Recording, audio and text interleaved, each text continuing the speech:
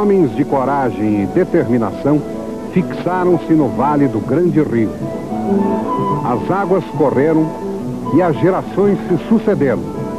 Um lugar bonito e poético que depois foi chamado a Mansão das Almas.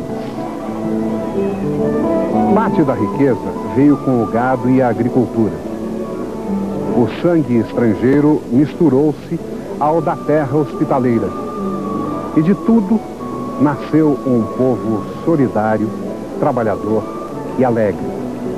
Um povo que trabalha muito, mas também sabe brincar, cantar e, principalmente, contar muitas histórias. Nasceu Angatuba, a cidade amiga. Angatuba fica a 210 quilômetros da capital. Pegue a rodovia Castelo Branco até Sorocaba. Aí entre pela Raposo Tavares. Vá até o quilômetro 205. Seja bem-vindo.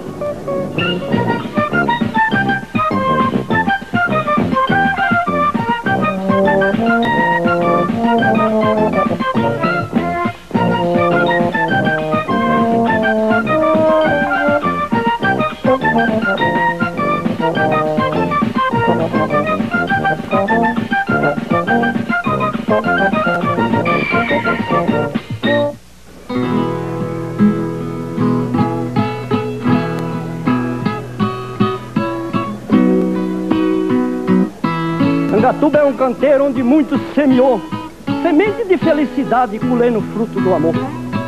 Quem é novo vai plantar e quem é velho já plantou. Quem partiu levou saudade, saudade do que ficou.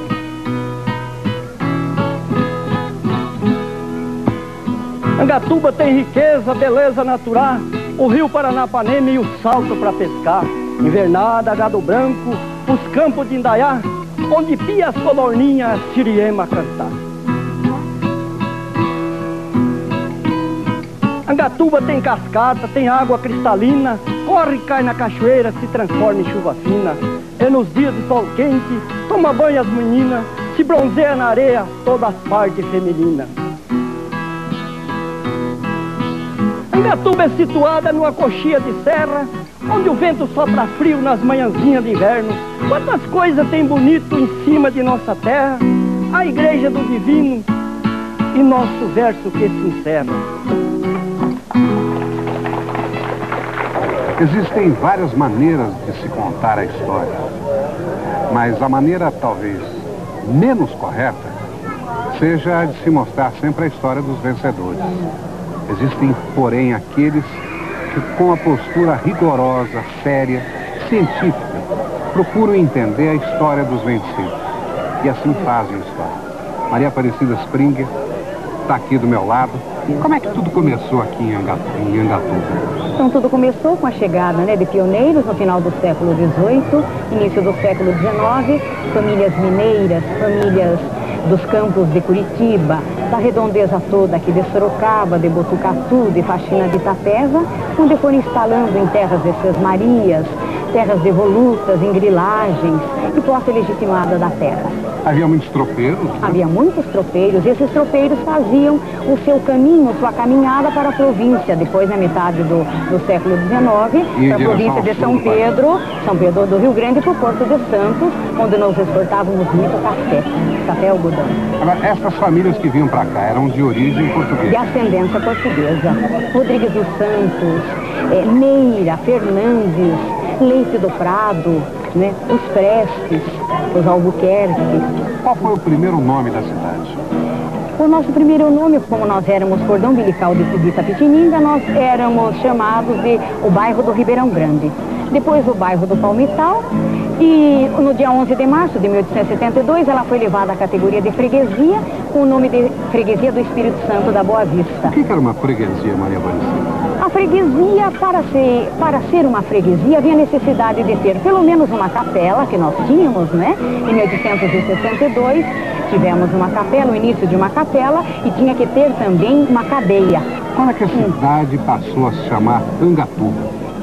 Em 1908, com o Dr. Júlio Prestes, então deputado, né, estadual, ele resgata esse topônimo, né, Tupi-Guarani, que significa Angá, é um substantivo tupi-guarani, que quer dizer alma, espírito. E o Ituba é um advérbio apenas tupi, que significa abundância ou reunião. Então, Angatuba quer dizer reunião das almas, morada dos espíritos, mas de uma maneira assim mais poética é mansão das almas.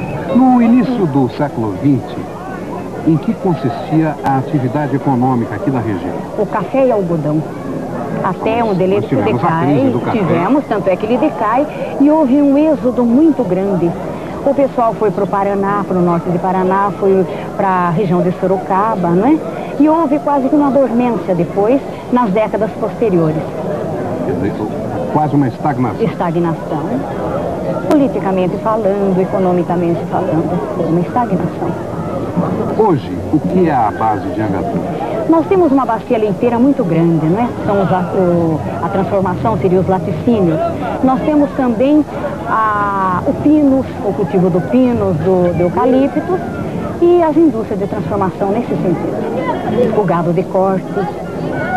Mas basicamente é a indústria. A indústria.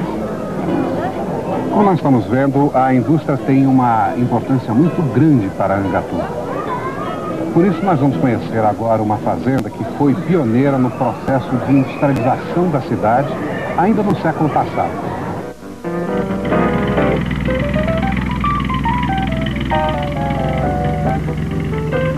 Uma das fazendas que contribuíram para o crescimento de Angatuba foi essa daqui, a Terradinho, pioneira na industrialização de óleo, sabão e no beneficiamento de algodão. No século XIX, a fazenda Terradinho, que já foi grande produtora e exportadora de café, era uma sesmaria. Na época do Brasil Colônia, as terras foram desmembradas à capitania de São Vicente. Hoje, a fazenda Terradinho se detém na produção de arroz, feijão, milho e na criação de gado de corte. A capela da fazenda marca o grau de religiosidade dos moradores daqui. Essas paineiras e mangueiras também têm história. Na Revolução de 1932, elas serviram como trincheiras para os paulistas que lutaram contra os gaúchos.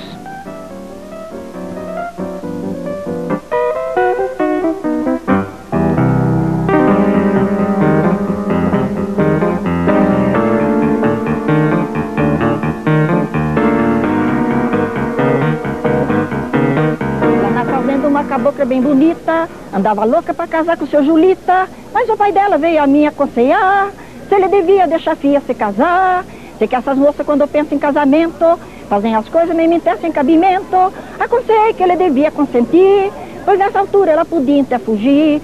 Por isso mesmo foi que eu disse que fizesse, se quisesse a tolice que jurasse te deixar. Ela querendo, bem dizendo, foi fazendo, namorando, tapeando, acabou-se por casar.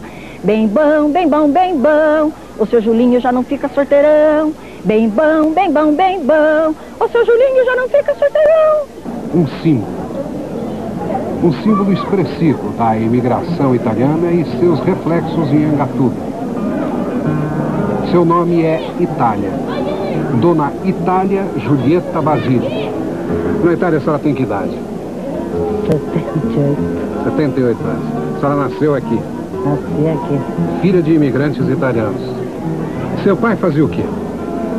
Construía. Desde que eu conheci, ele construía a casa. Mas ele fazia o trabalho braçal mesmo, né? Trabalho pesado. Pesado. Como é que o povo a chama aqui em Angatuba? De Dona Itália ou de Dona Julieta? Julieta. Julieta. A maior parte é Tia Ju. Tia Ju? Eu posso chamá-la de Tia Ju? Pode. Tia Ju, desde a época que a senhora começou a lecionar até hoje, o que aconteceu em Angatuba que a senhora mais gostou? Foram os festivais que eu levava. Festivais? Que o diretor do grupo, todo fim de ano, ele gostava de encerrar, né? Encerrar afinal o ano, aquele ano letivo, com um festival. Então ele me encarregava, ele sabia que eu adorava isso. Eram festivais de quê? Com a criançada, né? Mas de música? Música. Eu tinha piano, então eu levava a criançada em casa e ensaiava no piano. Bailados, cantos, essas coisas. Toquei na igreja também, uns 30 ou 40 anos. não tinha quem tocasse, eu toquei, né? Tia Ju, depois de ensinar milhares de crianças a ler e a escrever, depois de ajudar a preservar a vida cultural da cidade e mesmo a memória dos imigrantes italianos, eu lhe pergunto, valeu a pena?